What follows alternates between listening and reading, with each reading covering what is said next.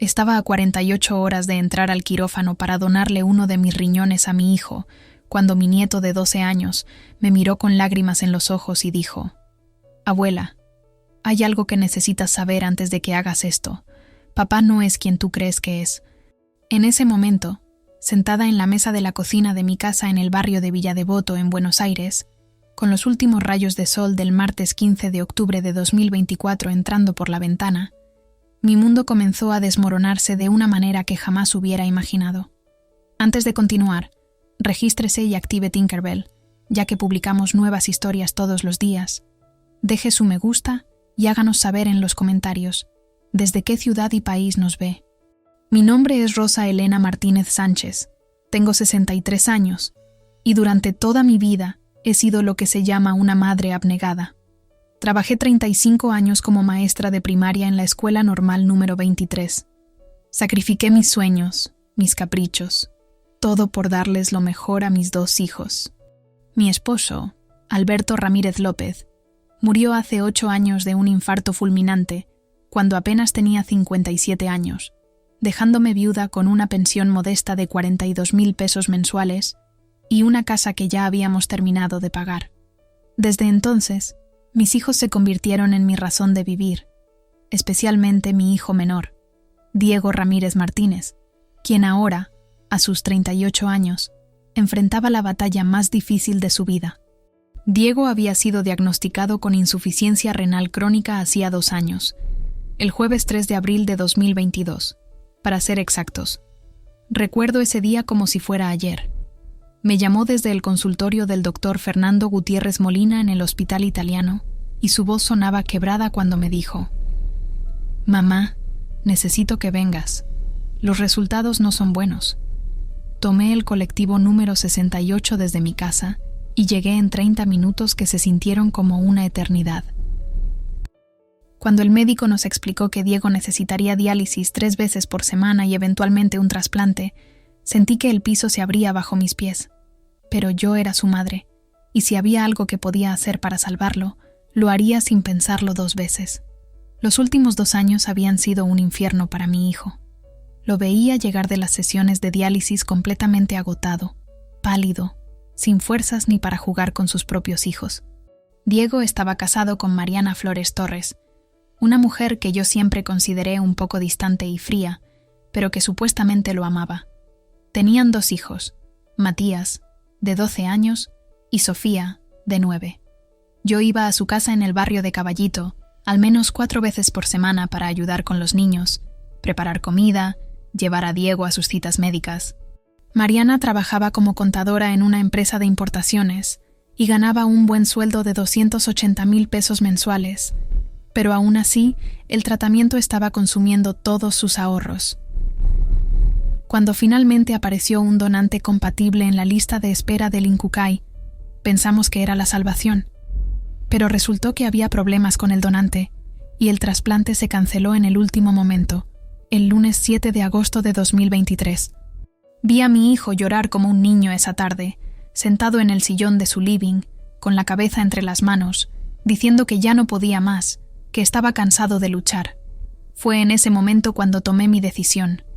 Me levanté, me acerqué a él, le puse la mano en el hombro y le dije: «Diego, yo seré tu donante. Voy a darte uno de mis riñones». Mi hijo me miró con los ojos llenos de lágrimas y negó con la cabeza. «Mamá, no puedo pedirte eso. Tienes 63 años, es muy arriesgado para ti, pero yo ya había tomado la decisión. No me estás pidiendo nada», le respondí con firmeza. «Soy tu madre y voy a hacer esto, te guste o no». Al día siguiente, el martes 8 de agosto, fui al Hospital Italiano y solicité ser evaluada como donante. Los médicos me advirtieron de todos los riesgos. La cirugía era compleja, la recuperación sería larga, y a mi edad había más probabilidades de complicaciones. Pero ninguna de esas palabras me hizo cambiar de opinión. Pasé por todos los exámenes imaginables durante los siguientes meses. Análisis de sangre, estudios de compatibilidad, tomografías, evaluaciones psicológicas. El miércoles 14 de febrero de 2024, recibí la noticia que estaba esperando. La doctora Patricia Fernández Ruiz Me llamó a su consultorio y me dijo con una sonrisa: Rosa, eres compatible. Podemos proceder con el trasplante. Lloré de alegría ese día. Llamé a Diego inmediatamente y cuando le di la noticia, escuché su voz quebrarse al otro lado de la línea. Mamá, no sé cómo agradecerte esto. Eres un ángel. Durante los siguientes meses, me preparé física y mentalmente para la cirugía. Dejé de tomar ciertos medicamentos. Seguí una dieta estricta. Hice ejercicio moderado. Todo para asegurarme de que estuviera en las mejores condiciones posibles. La fecha de la cirugía quedó programada para el jueves 17 de octubre de 2024. Faltaban solo 2 días cuando ocurrió lo que cambiaría todo. Ese martes por la tarde, fui a la casa de Diego para llevarle unos tuppers con comida que había preparado. Milanesas, puré de papa, ensalada. Mariana no estaba. Había ido a una reunión de trabajo. Diego estaba en su habitación descansando después de la diálisis matutina. Los niños estaban en la sala viendo televisión. Me senté con ellos un rato. Charlamos sobre la escuela, sobre sus amigos. Matías, mi nieto mayor, era un chico inteligente y sensible. Siempre había sido muy apegado a mí. Cuando me disponía a irme, Matías me acompañó hasta la puerta. Noté que estaba extrañamente callado, con la mirada baja. ¿Qué te pasa, mi amor?, le pregunté acariciándole el cabello. Él me miró con esos ojos grandes y oscuros que había heredado de su padre y me dijo: Abuela, ¿podemos hablar un momento a solas? Algo en su tono de voz me alertó. Claro que sí, tesoro. Lo llevé a la cocina y cerré la puerta. Matías se sentó en una de las sillas y comenzó a jugar nerviosamente con sus manos. Abuela, hay algo que necesitas saber antes de que hagas esto. Papá no es quien tú crees que es. Las palabras de Matías resonaron en mi cabeza como un eco distorsionado. Me senté frente a él en la mesa de la cocina, sintiendo cómo mis piernas temblaban ligeramente. ¿Qué quieres decir con eso, Matías?, le pregunté tratando de mantener la calma, aunque mi corazón ya comenzaba a latir más rápido de lo normal. Mi nieto me miró con una expresión que mezclaba miedo y determinación, como si llevara semanas o incluso meses cargando con un peso demasiado grande para sus 12 años. Abuela, yo escuché cosas, comenzó a decir con la voz temblorosa. Escuché a papá y mamá hablando hace como 3 semanas, el sábado 21 de septiembre. Era tarde en la noche y yo me había levantado para ir al baño. Estaban en su habitación y la puerta estaba un poquito abierta. Mamá estaba llorando y papá le estaba diciendo que todo iba a salir bien, que una vez que tú le donaras el riñón, ellos podrían seguir adelante con sus planes. Me quedé paralizada. ¿Planes? ¿Qué tipo de planes? Matías continuó, las lágrimas comenzando a rodar por sus mejillas. Mamá le decía que se sentía mal por lo que estaban haciendo, que tú no merecías esto, que eras una buena persona y una buena abuela. Y papá le respondió que no tuvieran remordimientos, que al final todo sería para bien de la familia. Sentí cómo algo se retorcía en mi estómago. Matías, necesito que me cuentes exactamente qué más escuchaste, le dije tomando sus manos entre las mías. Estaban frías y húmedas. Mi nieto tragó saliva con dificultad. Papá dijo algo sobre que después del trasplante, cuando tú estuvieras recuperándote, ellos iban a vender esta casa y se iban a mudar a España. Dijo que allá tenían una oportunidad de trabajo muy buena, que mamá ya tenía una oferta de una empresa en Madrid que le pagaba el equivalente a 3.000 euros mensuales, y que con el dinero de la venta de la casa más tus ahorros, podrían empezar una nueva vida allá. ¿Mis ahorros? La confusión se mezcló con una creciente sensación de náusea. ¿Qué tiene que ver mi dinero en todo esto?, pregunté, aunque una parte de mí ya comenzaba a atar cabos sueltos, recordando conversaciones recientes que en su momento me habían parecido inocentes, pero que ahora cobraban un significado completamente diferente. Matías se limpió las lágrimas con el dorso de la mano. Abuela, papá le dijo a mamá que te había convencido de que firmaras unos papeles hace como 2 meses. Dijo que esos papeles te hacían su apoderada legal o algo así, pero que en realidad eran al revés, que él podía manejar tu dinero y tu casa mientras estuvieras en recuperación después de la operación. El mundo comenzó a dar vueltas a mi alrededor. Los papeles. Recordé perfectamente ese día, el viernes 16 de agosto de 2024. Diego había venido a mi casa con un folder lleno de documentos. Me dijo que, como íbamos a hacer el trasplante, era importante que él pudiera manejar mis asuntos mientras yo estuviera en el hospital y durante mi recuperación. Es solo una precaución, mamá, me había dicho con esa sonrisa que siempre me derretía el corazón. Si algo llegara a complicarse durante la cirugía, necesito poder tomar decisiones por ti, pagar tus cuentas, esas cosas. Yo había confiado en él ciegamente. Firmé todo lo que me puso delante sin siquiera leer los documentos completos. ¿Cómo podía desconfiar de mi propio hijo, el hijo por el cual estaba dispuesta a dar uno de mis órganos? Hay más que abuela, continuó Matías, y su voz me sacó de mis pensamientos. Escuché a papá decir que una vez que ustedes hicieran el trasplante, él iba a vender tu casa sin que tú lo supieras, porque con esos papeles podía hacerlo. Dijo que tu casa vale como $120,000 y que con ese dinero más los $50,000 que tienes ahorrados de la indemnización del abuelo, ellos tendrían suficiente para instalarse bien en España. Mi indemnización. Cuando Alberto murió, la empresa donde trabajaba me pagó una indemnización de $52,000. Yo había guardado ese dinero religiosamente en una cuenta de ahorro. Era mi red de seguridad, lo único que tenía para mi vejez además de mi pensión. Me costaba respirar. Cada palabra que salía de la boca de mi nieto era como una puñalada directa al corazón. Matías, ¿estás completamente seguro de lo que escuchaste? ¿No existe ninguna posibilidad de que hayas malinterpretado la conversación? Le pregunté aferrándome a un último hilo de esperanza, rogando internamente que todo esto fuera un malentendido terrible, una confusión de un niño que escuchó una conversación a medias. Pero Matías negó con la cabeza con firmeza. Estoy seguro, abuela. Escuché todo muy claro, y hay más cosas que he notado en estos meses. Antes de que pudieras continuar, quiero pedirte que si esta historia te está impactando, te suscribas a nuestro canal y compartas en los comentarios si alguna vez has vivido una situación de traición familiar. Tus experiencias pueden ayudar a otros que están pasando por lo mismo. Ahora, sigamos con lo que mi nieto tenía que contarme. ¿Qué más has notado?, le pregunté sintiendo cómo las lágrimas comenzaban a acumularse en mis propios ojos. Matías respiró profundo antes de continuar. He visto a papá buscando casas en internet, casas en Madrid. Tiene una carpeta en su computadora que dice Proyecto España. Un día que estaba haciendo la tarea en su laptop, porque la mía se había quedado sin batería, vi que tenía correos de una empresa que se llama Inmobiliaria Castellana con fotos de departamentos y presupuestos. También vi conversaciones con mamá donde hablaban de colegios para Sofía y para mí en Madrid, como el Colegio Internacional Highlands School, que cuesta como 900 euros al mes por estudiante. Cada detalle que Matías compartía hacía la situación más real y más dolorosa.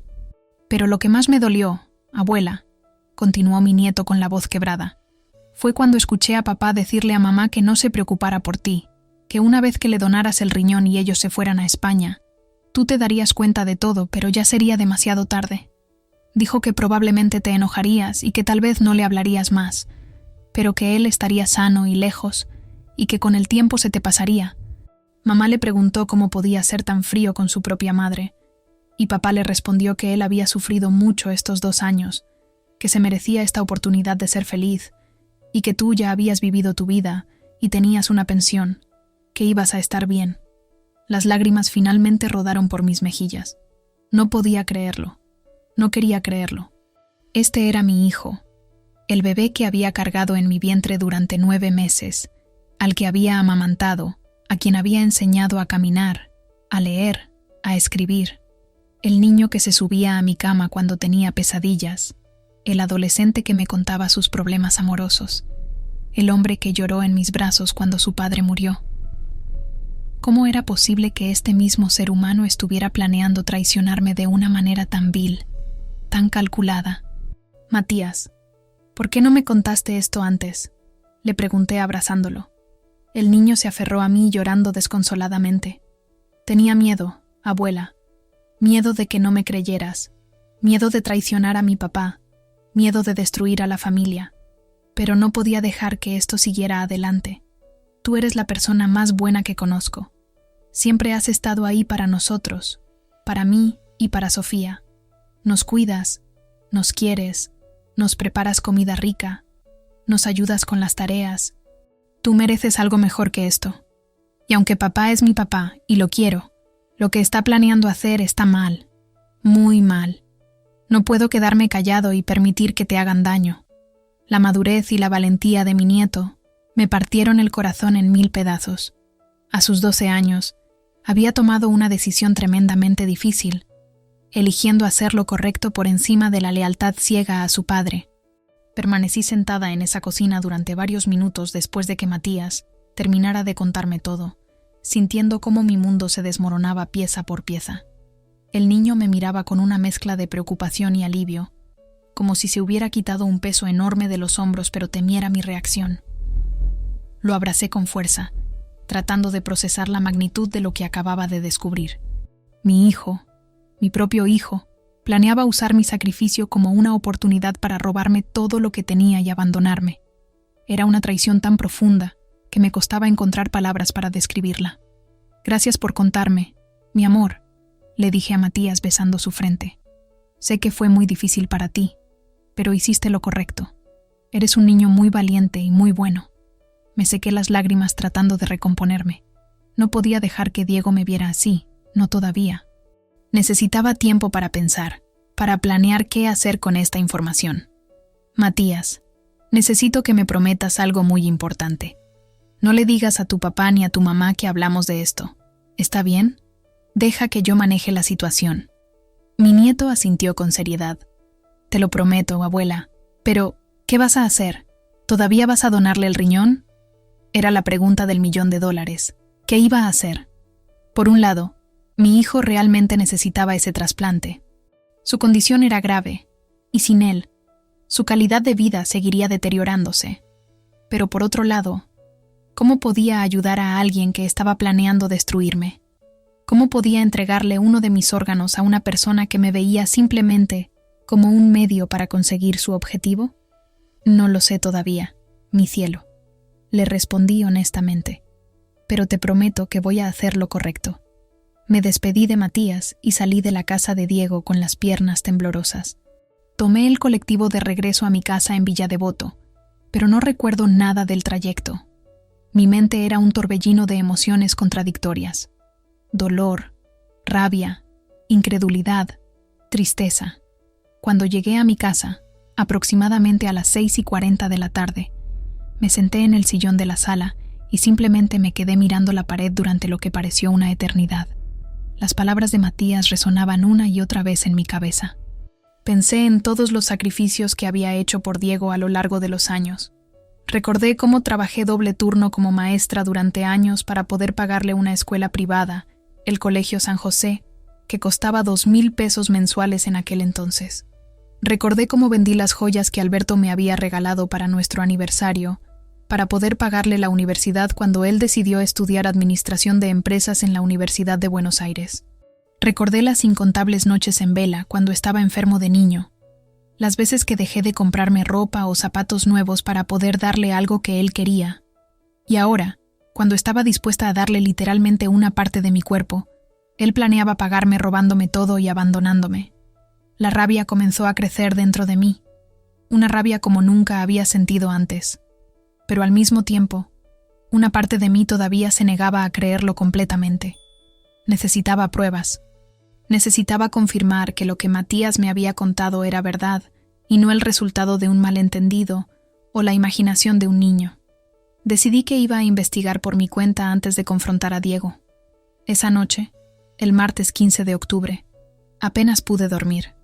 Di vueltas en la cama durante horas, mirando el techo, pensando en cómo había llegado a esta situación. Al día siguiente, el miércoles 16 de octubre, me levanté temprano con un plan en mente. Llamé a mi amiga Beatriz Moreno Castillo, quien había sido mi compañera de trabajo durante 20 años y ahora trabajaba como secretaria en un estudio jurídico. Le conté parte de la situación, sin entrar en demasiados detalles, y le pedí que me ayudara a verificar qué tipo de documentos había firmado realmente cuando Diego me trajo aquellos papeles. Beatriz, que siempre había sido una mujer muy astuta y desconfiada, me dijo inmediatamente: «Rosa, ¿guardaste copia de esos papeles?» Me golpeó la frente mentalmente. No había guardado copia de nada. Diego se había llevado todo el folder con él ese día. «No te preocupes», me dijo Beatriz con su voz tranquilizadora. «Podemos ir al registro público y solicitar información sobre cualquier poder o documento legal que esté registrado a tu nombre. Si Diego realmente te hizo firmar algo importante, debería estar registrado allí». Esa misma tarde, a las 3:20, Beatriz y yo nos encontramos en el registro público de la ciudad de Buenos Aires, ubicado en la calle Uruguay al 1500. El trámite fue más rápido de lo que esperaba. La empleada, una mujer de unos 40 años llamada Laura Jiménez Pérez, nos atendió con eficiencia. Cuando ingresó mi nombre y número de documento en el sistema, su expresión cambió ligeramente. «Señora Martínez, aquí aparece que usted firmó un poder general irrevocable el día 16 de agosto de 2024», me informó mirando la pantalla de su computadora. «¿Un poder general irrevocable?», repetí sintiendo cómo se me erizaba la piel. «¿Qué significa eso exactamente?». Laura me explicó con paciencia. Un poder general irrevocable le otorga a la persona designada, en este caso su hijo Diego Ramírez Martínez, la capacidad de actuar en su nombre en prácticamente todos los aspectos legales y financieros. Puede vender propiedades, acceder a cuentas bancarias, firmar contratos, todo a su nombre. Y al ser irrevocable, usted no puede cancelarlo fácilmente sin el consentimiento de él o sin una orden judicial. Sentí cómo las rodillas se me aflojaban. Beatriz tuvo que sostenerme del brazo. «Hay más», continuó Laura. «También aparece que el mismo día se registró un mandato especial que autoriza a su hijo a vender su propiedad ubicada en la calle Baigorria, 3242 de Villa Devoto, sin necesidad de su presencia o firma adicional». Me apoyé contra el mostrador para no caer. Era verdad. Todo lo que Matías me había contado era absolutamente verdad. Diego no solo había planeado robarme, sino que ya había dado todos los pasos legales necesarios para hacerlo. Yo había firmado mi propia sentencia con mi puño y letra, confiando ciegamente en mi hijo. ¿Hay alguna forma de revertir esto?, preguntó Beatriz por mí, porque yo estaba demasiado choqueada para hablar. Laura asintió lentamente. «Sí, pero es complicado. Tendría que iniciar un proceso judicial alegando que firmó bajo engaño o coacción. Necesitaría pruebas de que no entendía realmente lo que estaba firmando o de que fue manipulada. Es un proceso que puede tomar varios meses y requiere contratar un abogado». Salimos del registro público y Beatriz me llevó a una cafetería cercana llamada El Refugio, en la esquina de Uruguay y Arenales. Pedimos 2 cafés con leche y me senté tratando de procesar toda la información. «Rosa, tienes que cancelar ese trasplante», me dijo Beatriz tomando mi mano sobre la mesa. «No puedes donarle un riñón a alguien que está planeando robarte todo lo que tienes». Yo sabía que tenía razón, pero una parte de mí todavía luchaba con la decisión. Pero si no le dono el riñón, su salud va a empeorar. Es mi hijo, Beatriz. No puedo simplemente dejarlo morir. Beatriz me miró con esa expresión severa que usaba cuando yo decía algo que ella consideraba absurdo. «Rosa, escúchame bien. Diego no va a morir sin tu riñón. Va a seguir en diálisis y eventualmente encontrará otro donante. Pero si le donas tu riñón y él ejecuta su plan, tú vas a quedar en la calle, sin casa, sin ahorros, con un solo riñón y a tu edad. ¿Quién te va a cuidar a ti entonces?». Las palabras de Beatriz resonaban con una lógica aplastante, que yo no podía ignorar, aunque mi corazón de madre se resistía desesperadamente a aceptarlas. Pasé el resto de ese miércoles 16 de octubre en un estado de shock profundo.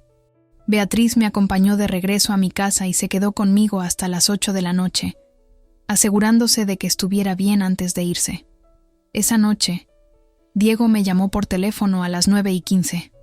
«Hola, mamá», dijo con esa voz que ahora me sonaba completamente diferente, cargada de una falsedad que nunca antes había notado. «¿Cómo te sientes? Solo falta un día para la gran operación. ¿Estás nerviosa?». Me costó un esfuerzo sobrehumano mantener la voz normal. «Estoy bien, hijo. Un poco nerviosa, pero bien». No podía confrontarlo todavía, no por teléfono. Necesitaba un plan, necesitaba pensar con claridad.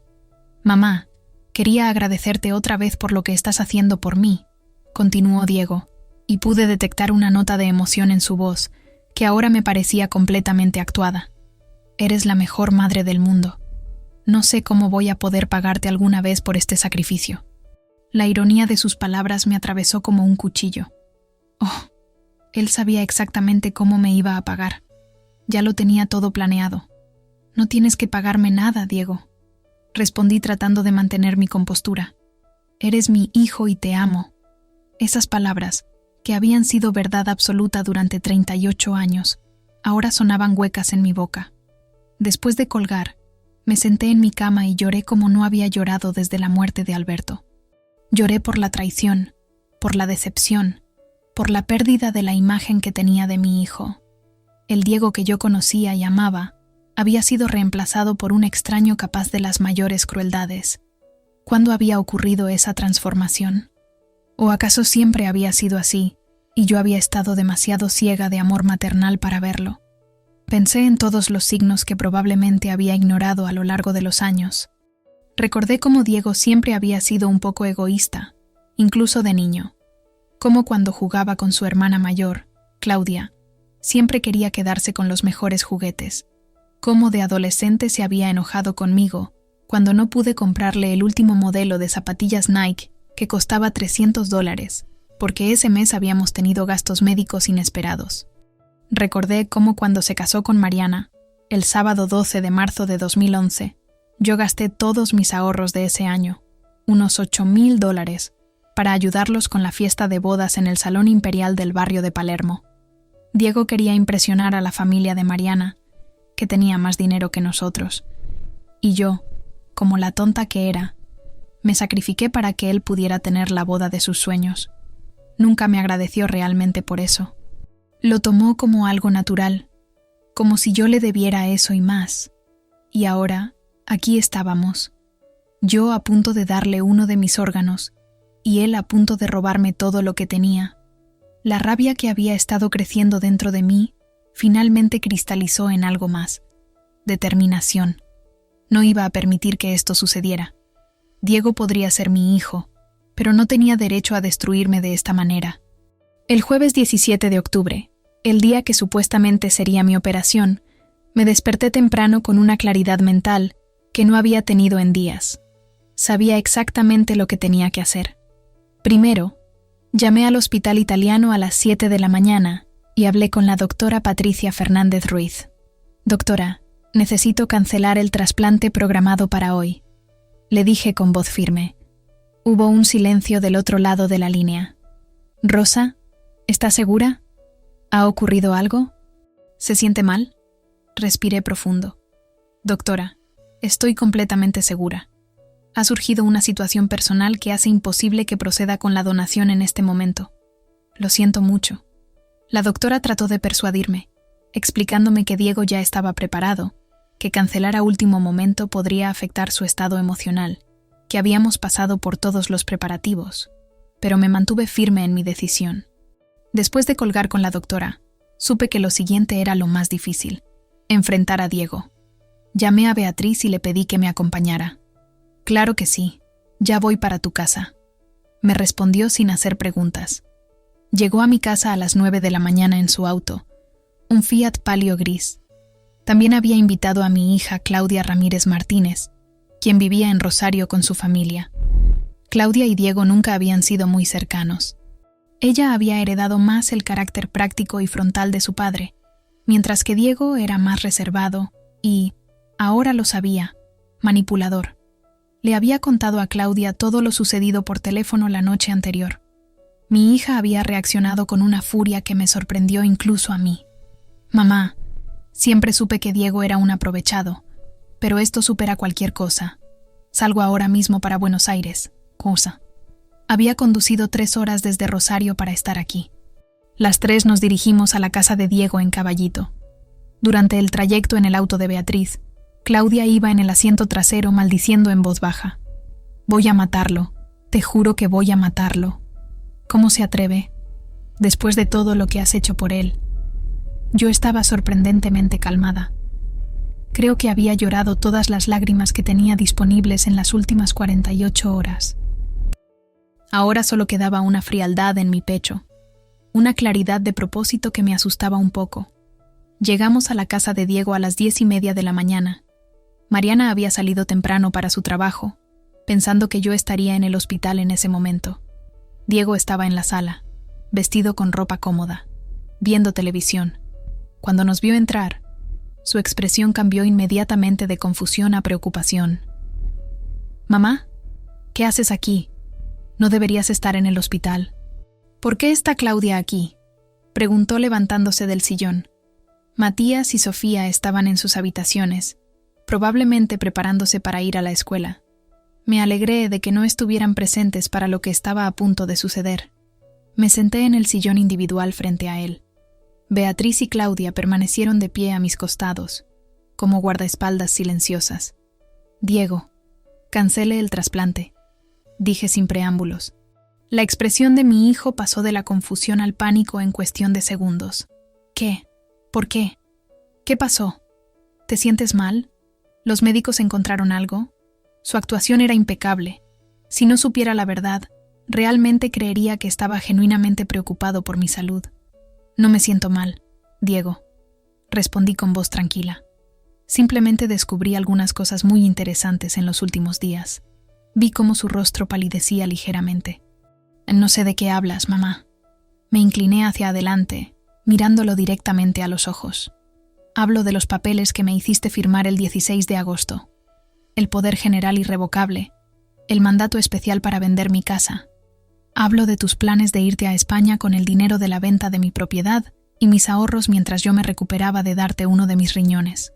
La expresión de Diego era ahora una mezcla de shock y, para mi sorpresa, enojo. «¿Quién te dijo eso? ¿Quién te ha estado metiendo ideas en la cabeza?». La reacción de Diego me confirmó todo lo que necesitaba saber.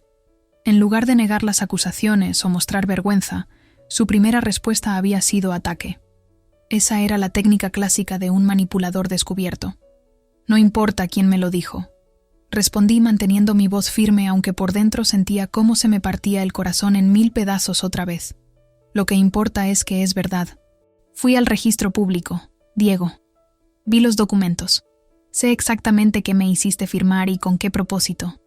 Mi hijo permaneció en silencio durante varios segundos que se sintieron como una eternidad. Pude ver cómo su cerebro trabajaba a toda velocidad, tratando de encontrar una salida, una excusa, una forma de manipularme una vez más. «Mamá, puedo explicarlo», comenzó finalmente, cambiando su táctica de enojo a súplica. «Sí, es verdad que te hice firmar esos papeles, pero no era con mala intención. Yo realmente pensaba que era necesario para proteger tus intereses mientras estabas en recuperación. Y sí, Mariana y yo hemos estado considerando la posibilidad de mudarnos a España, porque allá tiene una oportunidad laboral increíble, pero no íbamos a robarte nada. Íbamos a pedirte que nos prestaras el dinero, íbamos a devolvértelo, te lo juro». Su voz sonaba desesperada ahora, casi al borde de las lágrimas. Pero yo ya no era la misma mujer ingenua que había sido hacía 3 días. Los ojos se me habían abierto de una manera brutal pero necesaria. «Mentiroso». La voz de Claudia cortó el aire como un látigo. Mi hija se adelantó un paso, sus puños apretados a los costados de su cuerpo. «Siempre has sido un mentiroso y un manipulador, Diego. Desde que éramos niños. Pero esto supera todo. ¿Cómo te atreves a hacerle esto a mamá? Ella iba a darte uno de sus riñones. ¿Entiendes lo que eso significa? Iba a sacrificar su salud, su bienestar, arriesgar su vida por ti, y tú planeabas pagarle robándole todo». Diego se volvió hacia su hermana con los ojos encendidos. «Tú nunca me has querido, Claudia. Siempre has estado celosa de mí, de la relación que tengo con mamá. Esto no es asunto tuyo». Beatriz, que había permanecido callada hasta ese momento, intervino con su voz calmada pero firme. «Diego, trabajé 20 años en un estudio jurídico. Sé exactamente qué tipo de documentos tu mamá firmó y sé que no hay forma de que tu intención fuera buena. Un poder general irrevocable no es algo que se firma para proteger intereses durante una recuperación. Es una herramienta legal muy específica que le da control total a otra persona sobre tu vida financiera y legal. Y el hecho de que lo registraras sin que tu madre entendiera realmente lo que estaba firmando constituye fraude legal». Diego la miró con una mezcla de odio y miedo. Tú no sabes nada de mi situación. Llevo 2 años sufriendo con esta enfermedad. 2 años de diálisis, de sentirme morir lentamente. ¿Tienen idea de lo que es eso? Sé exactamente lo que es eso, respondí levantándome del sillón, porque he estado a tu lado cada paso del camino. He ido contigo a cada cita médica, he cuidado de tus hijos cuando tú no podías, he cocinado para ti, he rezado por ti, y estaba dispuesta a darte literalmente una parte de mi cuerpo para salvarte. Pero tú, en lugar de agradecerlo, viste mi sacrificio como una oportunidad para aprovecharte de mí. Diego se dejó caer en el sillón, cubriéndose el rostro con las manos. Mamá, por favor, necesito ese riñón. Sin él, no sé cuánto tiempo más voy a poder seguir así. La diálisis me está matando lentamente. Por favor, reconsidera tu decisión. Te prometo que voy a devolverte todo. Voy a cancelar esos papeles. Voy a hacer lo que sea. Era interesante ver cómo ahora, cuando se veía acorralado, Diego estaba dispuesto a prometer cualquier cosa. Pero yo ya había tomado mi decisión, y nada de lo que él dijera podría cambiarla. Diego, vas a hacer algunas cosas, dije con una firmeza que no sabía que poseía. Primero, vas a firmar inmediatamente la revocación de ese poder que me hiciste firmar. Beatriz va a preparar los documentos necesarios y los vamos a registrar hoy mismo. Segundo, vas a devolverme cualquier acceso que tengas a mis cuentas bancarias. Tercero, voy a iniciar un proceso legal para asegurarme de que nunca puedas volver a hacer algo así. Diego me miró con los ojos llenos de lágrimas. ¿Y el riñón?, preguntó con voz quebrada. ¿Me lo vas a donar? Esta era la pregunta que me había estado atormentando desde que descubrí la verdad. Durante las últimas 72 horas, había luchado internamente con esta decisión. Por un lado, Diego era mi hijo y realmente necesitaba ese trasplante. Su condición médica era seria y yo tenía el poder de ayudarlo. Pero por otro lado, ¿cómo podía recompensar su traición con mi sacrificio? ¿Qué tipo de mensaje estaría enviando? Que no importaba cuán terriblemente me tratara, yo siempre estaría ahí para salvarlo sin consecuencias. No, respondí finalmente, y esa única palabra pareció absorber todo el oxígeno de la habitación. No voy a donarte mi riñón, Diego, no después de lo que has hecho. Mi hijo comenzó a llorar abiertamente entonces, sollozos profundos que sacudían todo su cuerpo. Mamá, por favor, me voy a morir sin ese riñón. Por favor, no me hagas esto. Soy tu hijo. Sentí como algo se retorcía dentro de mi pecho al verlo así, pero me mantuve firme. Tú no vas a morir, Diego. Vas a continuar con la diálisis y vas a esperar por otro donante. Hay personas en listas de espera que consiguen trasplantes eventualmente, pero yo no voy a ser tu donante. No puedo, y no voy a poner mi salud y mi futuro en riesgo por alguien que planeaba traicionarme de la manera más vil posible. Claudia puso su mano en mi hombro en un gesto de apoyo. Beatriz asintió con aprobación.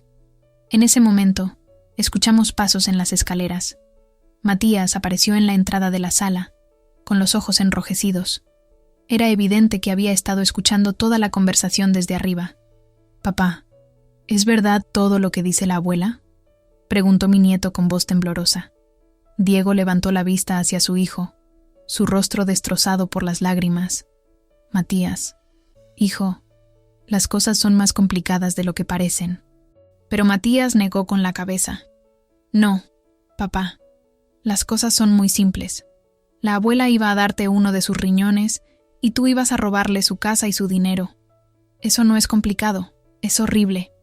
Diego extendió la mano hacia su hijo. «Matías, por favor, trata de entender. Estoy desesperado.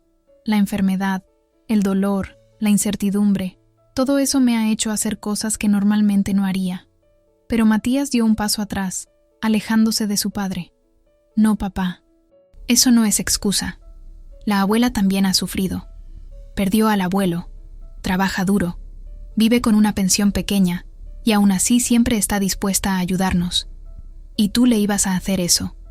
La escena que se desarrollaba frente a mis ojos era desgarradora de múltiples maneras. Ver a mi nieto confrontar a su padre, ver cómo la imagen idealizada que Matías tenía de Diego se hacía añicos, era casi tan doloroso como la traición misma. Diego intentó levantarse del sillón para acercarse a Matías, pero el niño retrocedió más. «No te me acerques», dijo Matías con una voz que temblaba entre el miedo y la determinación. «No quiero hablar contigo ahora». Y con esas palabras, mi nieto subió corriendo las escaleras de vuelta a su habitación.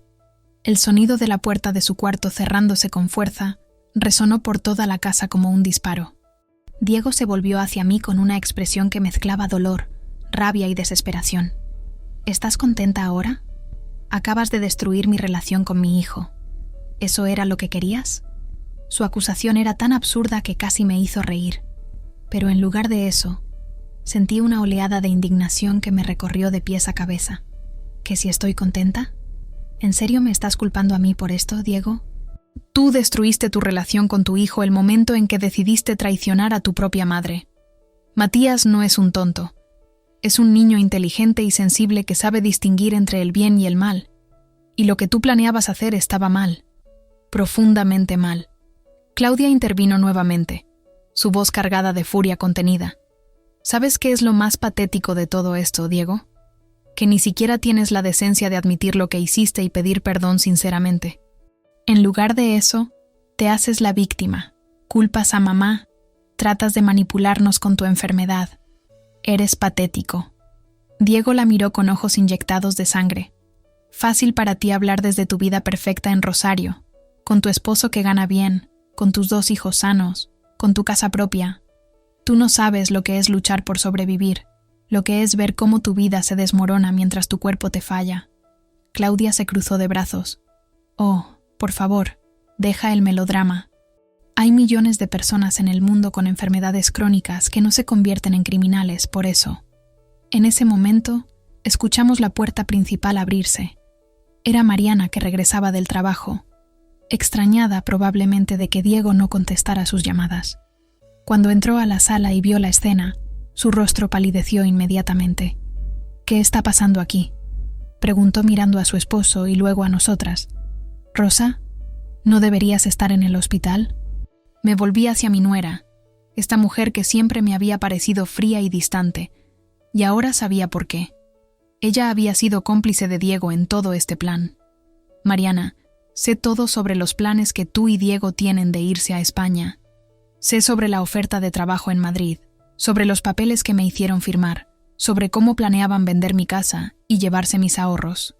Mariana abrió y cerró la boca varias veces como un pez fuera del agua, claramente sin saber qué decir. «Rosa, nosotros, no es lo que piensas», comenzó a balbucear. Pero yo levanté la mano para detenerla. «Ahórrate las excusas, Mariana. Ya escuché suficientes mentiras de tu esposo por hoy. Solo quiero que sepas que voy a tomar medidas legales para protegerme y para asegurarme de que lo que ustedes planearon nunca pueda suceder».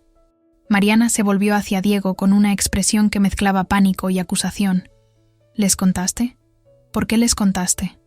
Diego negó con la cabeza rápidamente. «No les conté nada. De alguna manera lo descubrieron, Paco». La forma en que Mariana reaccionó, su primera preocupación siendo que el plan había sido descubierto, y no el hecho de que estaban traicionando a alguien que había sido buena con ellos, me confirmó que esta mujer no tenía ni una pizca de empatía o moral.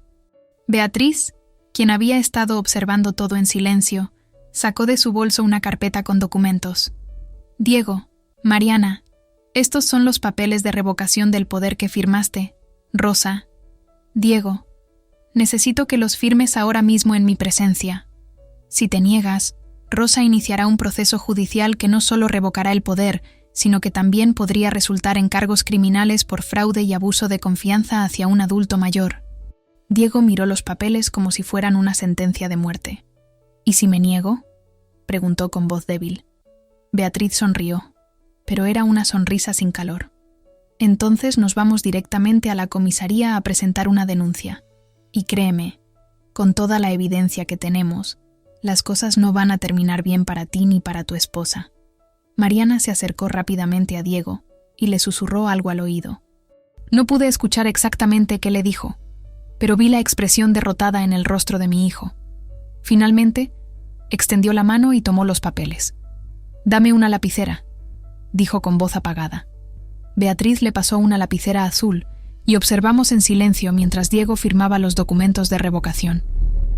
Cada trazo de su firma se sentía como una despedida, como el final de algo que había sido hermoso una vez, pero que ahora estaba irremediablemente roto. Cuando terminó, Beatriz tomó los papeles y los guardó cuidadosamente en su carpeta. Vamos a registrar estos documentos inmediatamente en el registro público. También voy a acompañar a Rosa al banco para asegurarnos de que todas sus cuentas estén seguras y que Diego no tenga acceso a ellas. Me levanté del sillón, sintiendo cada uno de mis 63 años pesando sobre mis hombros. Miré a Diego, este hombre que una vez había sido mi bebé, mi niño, mi razón de vivir, y sentí una profunda tristeza mezclada con una extraña sensación de liberación. Diego, espero que con el tiempo puedas entender por qué hice lo que hice hoy. Espero que algún día reflexiones sobre tus acciones y te des cuenta del daño que casi causas. Y espero que, eventualmente, puedas convertirte en un hombre mejor de lo que has demostrado ser en estos últimos meses. Mi hijo me miró con ojos vacíos, como si ya no quedara nada dentro de él. ¿Y ahora qué, mamá? ¿Me vas a abandonar? ¿Ya no vas a venir a visitarnos? ¿Ya no vas a ver a tus nietos? Era una pregunta complicada. Por un lado, Matías y Sofía eran inocentes en todo esto y los amaba profundamente. Por otro lado, ¿cómo podía seguir teniendo una relación normal con ellos sabiendo lo que su padre había intentado hacerme? Voy a seguir siendo la abuela de Matías y Sofía, respondí finalmente. Ellos siempre serán bienvenidos en mi casa. Pero en cuanto a ti y a Mariana, necesito tiempo y distancia. Necesito sanar de esta traición antes de poder siquiera considerar tener algún tipo de relación con ustedes nuevamente. Diego asintió lentamente, como si hubiera esperado esa respuesta. ¿Y el riñón?, preguntó una última vez, una última súplica desesperada. ¿De verdad no hay forma de que reconsideres? Respiré profundo antes de responder. Diego, escúchame bien porque voy a decir esto una sola vez. Si tu situación médica fuera verdaderamente de vida o muerte en este momento, si no hubiera absolutamente ninguna otra opción y estuvieras en las últimas horas de tu vida, tal vez lo reconsideraría porque a pesar de todo sigues siendo mi hijo. Pero ese no es el caso. Tienes la diálisis que te mantiene vivo. Estás en la lista de espera para otros donantes. Y con el tiempo encontrarás un riñón compatible. Tal vez tome meses, tal vez años, pero sucederá. Pero yo no voy a ser tu donante. No puedo poner mi salud, mi futuro y mi bienestar en riesgo por alguien que demostró que me ve simplemente como un medio para un fin. Salimos de la casa de Diego esa mañana del jueves 17 de octubre sin mirar atrás. Claudia conducía su auto, con Beatriz en el asiento del copiloto y yo en el asiento trasero, mirando por la ventana sin realmente ver nada. El silencio en el vehículo era pesado, cargado de todas las emociones que ninguna de nosotras sabía cómo expresar. Finalmente, Claudia rompió el silencio. Mamá, sé que esto fue increíblemente difícil para ti, pero hiciste lo correcto. Yo asentí sin decir nada, porque honestamente no confiaba en mi voz en ese momento. Una parte de mí se sentía aliviada de haber evitado la traición, pero otra parte, la parte maternal que nunca desaparece sin importar qué tan grande sea la decepción, se sentía destrozada. Pasamos el resto del día haciendo todo lo necesario para proteger mis intereses. Fuimos al registro público y registramos la revocación del poder. Luego fuimos a mi banco, el Banco de la Nación Argentina sucursal Villa Devoto, donde hablé con el gerente, el señor Héctor Navarro Quintana, y le expliqué la situación. Él fue extremadamente comprensivo y profesional. Cambiamos todas mis contraseñas, eliminamos cualquier acceso que Diego pudiera haber tenido a mis cuentas y establecimos alertas para cualquier movimiento inusual. Cuando revisamos el historial de mi cuenta de ahorros donde tenía los $52,000, descubrimos algo alarmante. El martes 1 de octubre, apenas 16 días antes, había habido un intento de transferencia de $25,000 a una cuenta en España. La transferencia había sido bloqueada automáticamente por el sistema de seguridad del banco porque requería una verificación adicional de identidad en persona. «Ni señora Martínez», me explicó el gerente Navarro con expresión seria. «Parece que alguien intentó acceder a su cuenta usando sus credenciales en línea. Por suerte, nuestros protocolos de seguridad detuvieron la transacción antes de que se completara. Hubiera recibido una notificación por correo electrónico sobre esto. Revisé mi correo electrónico en ese momento, y efectivamente, allí estaba el mensaje del banco del 1 de octubre, que yo nunca había abierto, porque generalmente no reviso mi correo electrónico con frecuencia. ¿Hay forma de rastrear desde dónde se intentó hacer esa transferencia?, preguntó Beatriz. El gerente revisó su computadora. Según los registros, el intento de transferencia se hizo desde una dirección IP en el barrio de Caballito, específicamente desde la calle Acoite. La casa de Diego estaba en la calle Acoite. La evidencia era abrumadora. Diego no solo había planeado robarme después del trasplante, sino que ya había intentado acceder a mi dinero antes de la operación, probablemente para tener fondos disponibles inmediatamente después. La premeditación y la frialdad de sus acciones me golpearon con una fuerza renovada. Este no había sido un plan improvisado nacido de la desesperación. Había sido cuidadosamente orquestado durante meses. El gerente Navarro me aconsejó presentar una denuncia formal por intento de fraude. Señora, esto es un delito grave. Tiene derecho a buscar justicia legal. Beatriz estuvo de acuerdo. Rosa, debes denunciarlo. No solo por ti, sino para que esto quede registrado legalmente. Pero yo dudé. Una cosa era protegerme de Diego, otra muy diferente era enviarlo a la cárcel, especialmente considerando su condición de salud. Necesito pensarlo, les dije finalmente. El gerente asintió comprensivamente. Está bien, pero le recomiendo que lo piense seriamente. Por ahora, voy a congelar ese intento de transacción y generar un reporte de seguridad interno. Salimos del banco cerca de las 4 de la tarde. Beatriz tenía que regresar a su trabajo, pero antes me abrazó fuertemente. Rosa, si necesitas cualquier cosa, lo que sea, llámame. Y por favor, no te sientas culpable por lo que hiciste hoy. Tu hijo tomó sus decisiones y ahora debe enfrentar las consecuencias. Claudia, que se quedaría conmigo durante el fin de semana, me llevó de regreso a mi casa. Una vez allí, me senté en mi sillón favorito, el mismo donde Alberto solía sentarse a leer el periódico cada domingo, y finalmente permití que todo me golpeara de lleno. Lloré durante horas. Lloré por el hijo que pensé que tenía y por el hombre en quien realmente se había convertido. Lloré por la relación destruida, por la confianza rota, por los años de sacrificio que aparentemente no habían significado nada para él. Lloré por mis nietos, que ahora crecerían sabiendo que su padre había intentado robarle a su abuela. Y lloré por mí misma, por la ingenua que había sido, por haber firmado esos papeles sin leer, por haber confiado ciegamente. Claudia se sentó a mi lado en silencio, sosteniendo mi mano, dejándome llorar sin interrumpir. Cuando finalmente me calmé, me preparó un té de tilo y me obligó a comer algo de sopa. «Mamá, necesitas mantener tus fuerzas», me dijo con ternura. «Sé que es difícil, pero la vida continúa y tú vas a superar esto». Durante los siguientes días, la historia de lo ocurrido se difundió por la familia. Mi hermana Lucía Martínez Sánchez, quien vivía en Mendoza, me llamó horrorizada. «Rosa, no puedo creer que Diego haya hecho algo así. Siempre pensé que era un buen chico. ¿Qué le pasó?». Yo no tenía respuestas. Tal vez la enfermedad lo había cambiado. Tal vez siempre había tenido esa parte oscura y yo había estado demasiado ciega para verla. O tal vez era una combinación de ambas cosas. Los primos de Diego, los hijos de Lucía, llamaron para expresar su apoyo. Algunos amigos de la familia tomaron partido por Diego, diciendo que yo estaba siendo demasiado dura, que un hijo enfermo hace cosas desesperadas, que debía perdonar y donarle el riñón de todas formas. Pero otros me apoyaron completamente, reconociendo que lo que Diego había planeado era una traición imperdonable. El domingo 20 de octubre, 3 días después de la confrontación, Matías apareció en mi puerta. Había tomado 2 colectivos desde Caballito para llegar a Villa Devoto solo.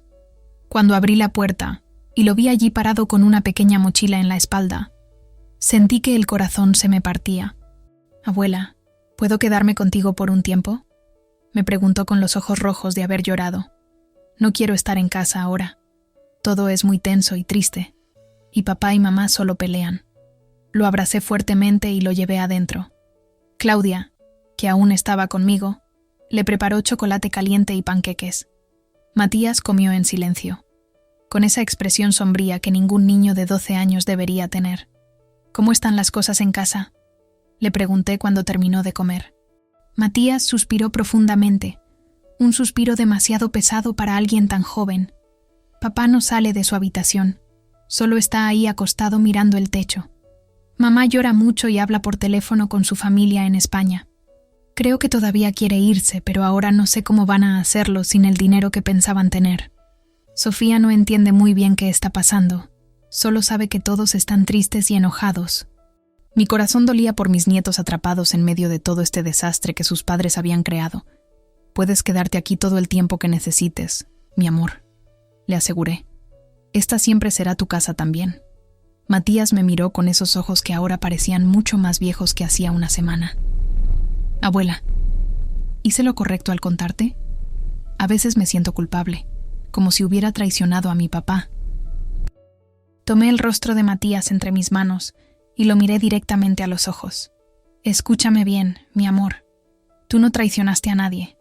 Tú hiciste lo correcto, lo moral, lo valiente. Tu papá es quien cometió una traición, no tú. Tú simplemente impediste que algo muy malo sucediera. Debes sentirte orgulloso de ti mismo, porque yo estoy increíblemente orgullosa de ti. Das». Matías asintió lentamente, y vi como algo de la culpa que había estado cargando se aligeraba un poco de sus hombros. Durante el fin de semana que Matías pasó conmigo, traté de darle toda la normalidad y el amor que pude. Cocinamos juntos sus platos favoritos, vimos películas, jugamos juegos de mesa. Claudia, antes de regresar a Rosario el lunes por la mañana, pasó tiempo con él, tratando de explicarle en términos que pudiera entender por qué a veces los adultos toman malas decisiones y cómo eso no era su culpa. El lunes por la tarde, Mariana vino a buscar a Matías. Cuando abrí la puerta, noté inmediatamente que se veía terrible. Tenía ojeras profundas, el cabello despeinado, y parecía haber perdido peso en solo 4 días. «Rosa, necesito hablar contigo», me dijo con voz cansada. La dejé pasar, aunque una parte de mí quería cerrarle la puerta en la cara. Nos sentamos en la sala mientras Matías guardaba sus cosas en mi habitación. «Sé que no tengo derecho a pedirte nada después de lo que pasó», comenzó Mariana retorciendo sus manos nerviosamente. «Pero necesito que sepas que yo nunca quise que las cosas llegaran a este punto. Sí, es verdad que Diego y yo habíamos estado planeando mudarnos a España. Y sí, habíamos hablado sobre usar tu dinero para financiar el traslado. Pero yo nunca estuve realmente cómoda con eso». La miré con escepticismo. «Y sin embargo, lo fuiste suficientemente cómoda como para no detenerlo ni decirme nada». Mariana bajó la mirada, incapaz de sostener mi mirada.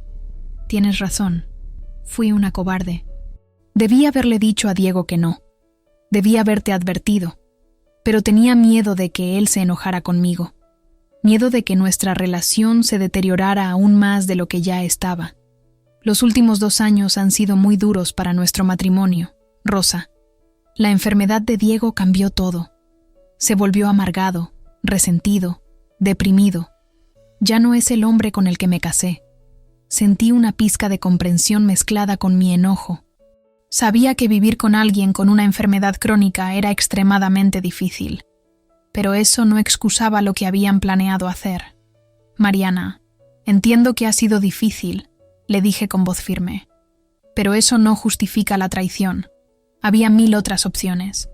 Podían haberme pedido prestado dinero honestamente. Podían haber buscado otras formas de financiar el traslado. Podían haber esperado hasta que la situación de Diego mejorara. Pero en lugar de eso, eligieron el camino de la manipulación y el engaño». Mariana asintió con lágrimas rodando por sus mejillas. «Lo sé, y lo siento muchísimo. No espero que me perdones, pero quería que supieras que estoy arrepentida. Y también quería decirte que ya no nos vamos a mudar a España. Rechacé la oferta de trabajo. Después de todo lo que pasó, no me sentía bien aceptándola. Sentía que sería como recompensar nuestro comportamiento terrible». Me sorprendió escuchar eso. Al menos Mariana estaba mostrando algo de conciencia moral, aunque fuera tardíamente. «¿Y Diego? ¿Cómo está realmente?», pregunté, porque a pesar de todo, una parte de mí todavía se preocupaba por su bienestar. Mariana suspiró profundamente. Está destruido, Rosa. No solo físicamente por la enfermedad, sino emocionalmente por todo lo que pasó. Se dio cuenta de lo que perdió. Su relación contigo, el respeto de Matías, la posibilidad del trasplante.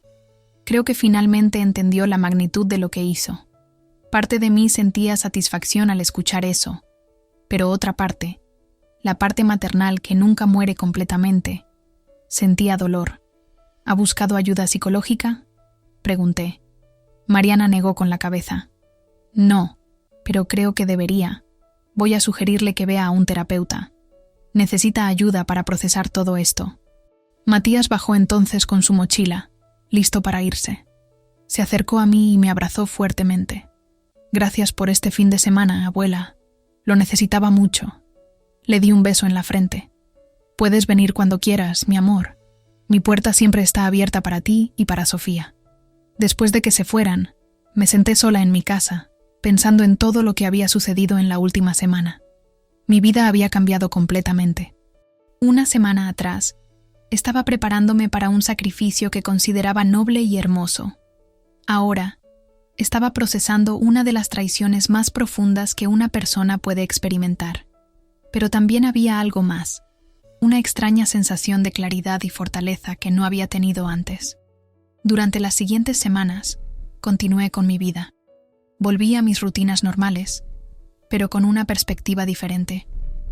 Empecé a hacer cosas para mí misma que había estado posponiendo durante años. Me inscribí en un curso de pintura en el Centro Cultural del barrio, algo que siempre había querido hacer pero nunca encontraba tiempo.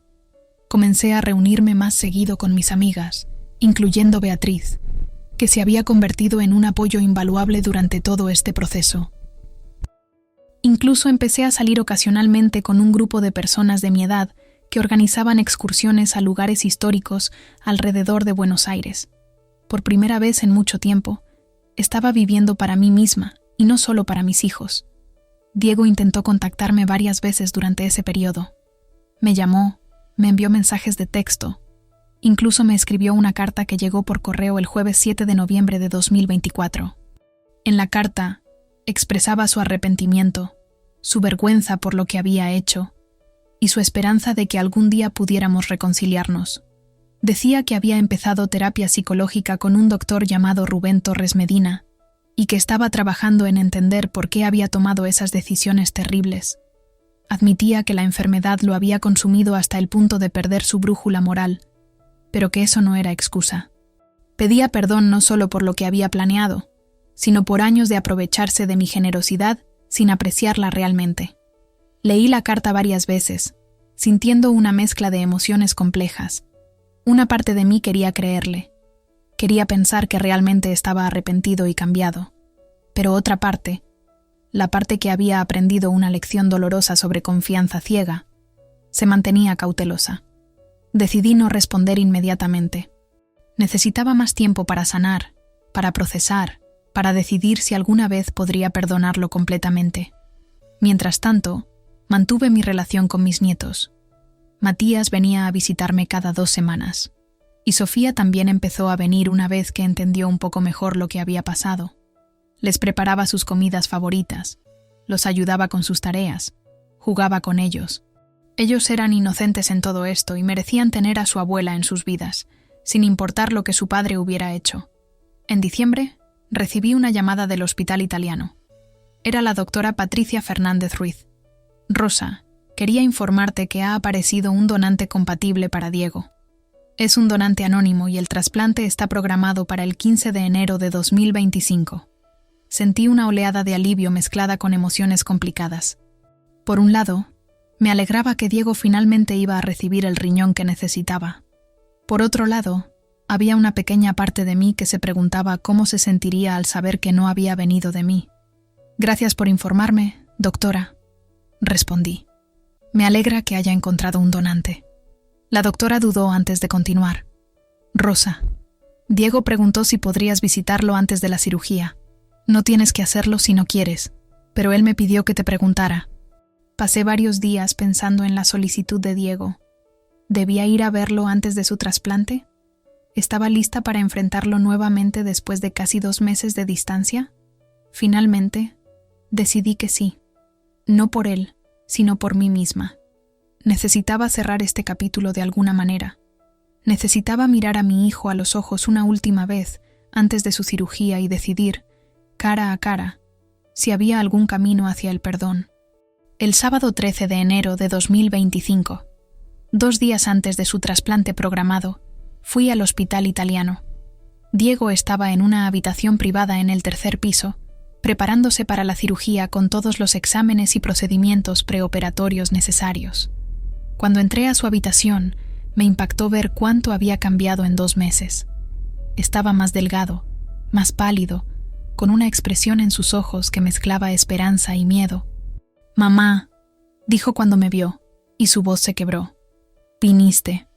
Me senté en la silla junto a su cama, manteniendo cierta distancia física que reflejaba la distancia emocional que todavía sentía.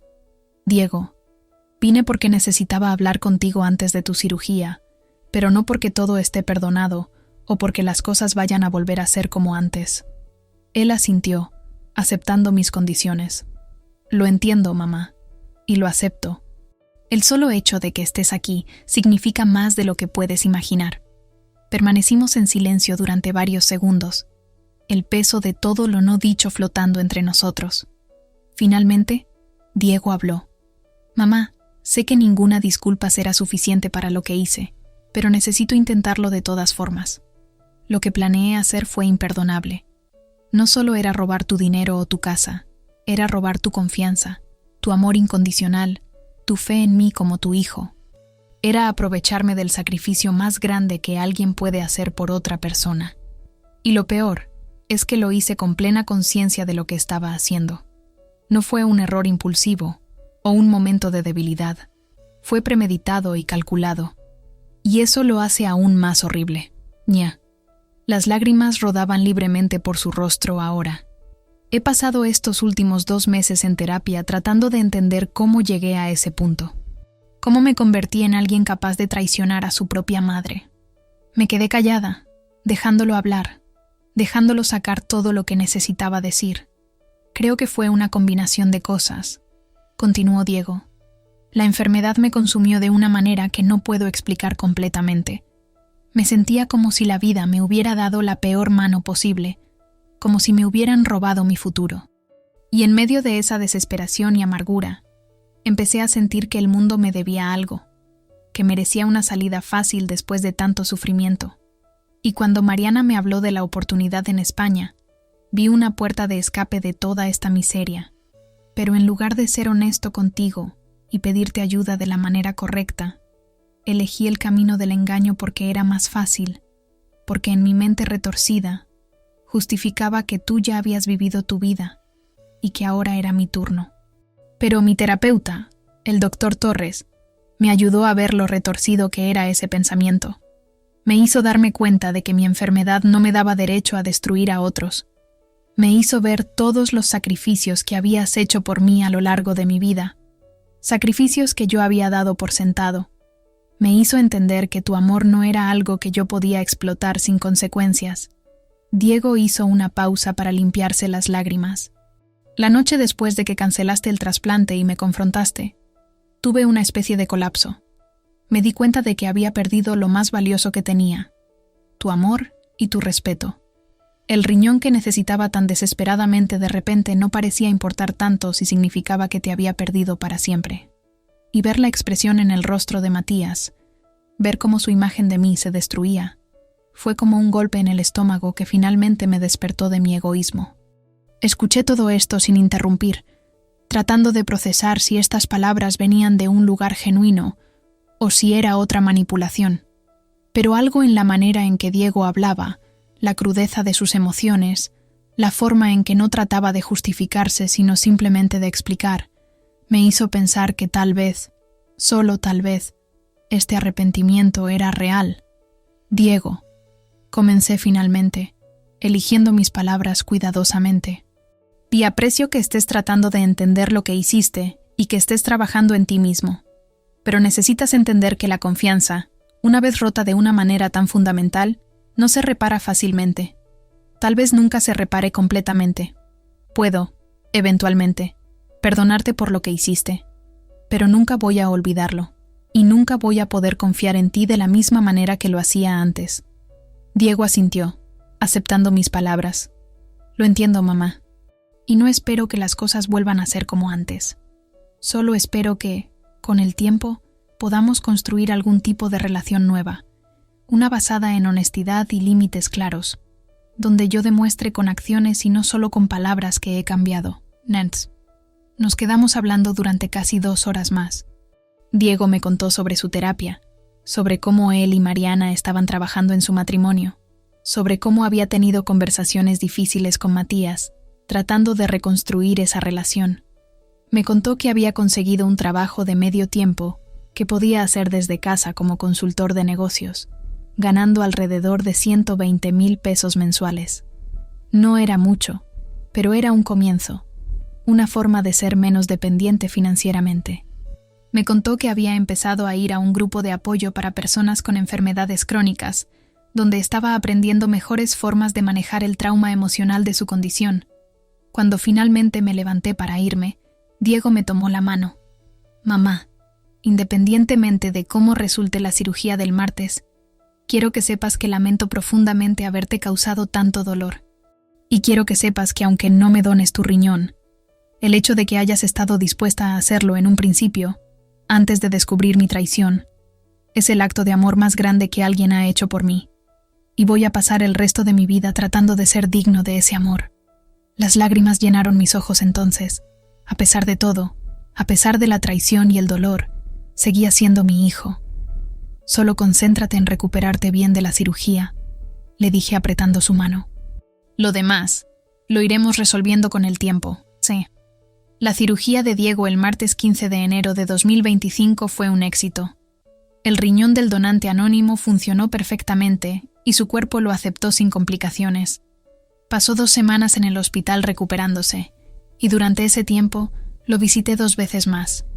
No eran visitas largas, solo 30 o 40 minutos cada una, pero eran un comienzo. Matías y Sofía iban a verlo casi todos los días después de la escuela, y ver a Diego interactuar con ellos de una manera más presente y atenta me dio esperanza de que tal vez realmente estaba cambiando. Mariana también parecía diferente, más consciente, más considerada. Me buscó después de una de mis visitas y me agradeció por darle a Diego otra oportunidad de reconstruir nuestra relación. Ahora, mientras escribo esto en mi diario en marzo de 2025, 3 meses después del trasplante de Diego, puedo reflexionar sobre todo lo que pasó con una perspectiva más clara. La traición que experimenté fue devastadora. No hay forma de suavizar eso. Cambió fundamentalmente mi relación con mi hijo y me obligó a reexaminar muchos aspectos de mi vida. Pero también me enseñó lecciones valiosas sobre límites, sobre amor propio, sobre la diferencia entre ser una madre amorosa y ser una mártir. Aprendí que amar a alguien no significa permitirle que te destruya. Aprendí que poner límites no es egoísmo, sino autopreservación necesaria. Aprendí que incluso cuando amas a alguien profundamente, tienes que protegerte de sus acciones dañinas. También aprendí sobre el coraje, no solo el mío, sino especialmente el de Matías. Mi nieto de 12 años tuvo más valentía moral que muchos adultos cuando decidió contarme la verdad, sabiendo que causaría dolor, pero también sabiendo que era lo correcto. Él me salvó de una traición que podría haberme dejado sin hogar y sin recursos en mi vejez. La relación entre Diego y yo probablemente nunca será la misma que era antes. Hay una cicatriz permanente donde antes había confianza incondicional, pero estamos trabajando lentamente para construir algo nuevo, algo basado en expectativas más realistas y límites más claros. Él sabe que cualquier traición futura sería definitiva e imperdonable. Yo sé que necesito ser más cuidadosa y menos ingenua, incluso con mis propios hijos. En cuanto a mí, he florecido de maneras inesperadas desde todo esto. Mi clase de pintura se convirtió en una verdadera pasión, y he descubierto que tengo cierto talento para los paisajes. Hice nuevas amigas en mi grupo de excursiones, mujeres de mi edad que, como yo, están redescubriendo la vida después de años de dedicarse principalmente a sus familias. Beatriz y yo nos hemos vuelto aún más cercanas, y ella me ha presentado a un viudo muy agradable llamado Roberto Flores Mendoza. con quien he tomado café algunas veces. No sé si se convertirá en algo más, pero es agradable tener compañía masculina nuevamente después de tantos años. La lección más importante que aprendí de toda esta experiencia es que la vida continúa, incluso después de las traiciones más dolorosas. Tenemos la capacidad de sanar, de crecer, de reinventarnos a cualquier edad. A mis 63 años, estoy aprendiendo a vivir no solo como madre o abuela, sino como Rosa Elena Martínez Sánchez, una mujer con sus propios sueños, necesidades y límites. Y aunque el camino hasta aquí fue increíblemente doloroso, no cambiaría el resultado final. Porque al final, salvé no solo mi casa y mis ahorros, sino algo mucho más valioso: mi dignidad y mi sentido de autoestima. Si hay algo que quiero que otros aprendan de mi historia es esto: no importa cuánto ames a alguien, no tienes que sacrificarte completamente por ellos, especialmente si ese sacrificio significa tu propia destrucción. El amor verdadero no requiere que te pierdas a ti mismo en el proceso, y nunca es demasiado tarde para defender tu valor y proteger tu bienestar, incluso si eso significa establecer límites con las personas que más amas. Si te gustó esta historia, danos un me gusta, suscríbete al canal y déjanos tus comentarios en los comentarios. Para escuchar la siguiente historia, haga clic en el campo que aparece a la izquierda. Gracias por acompañarnos.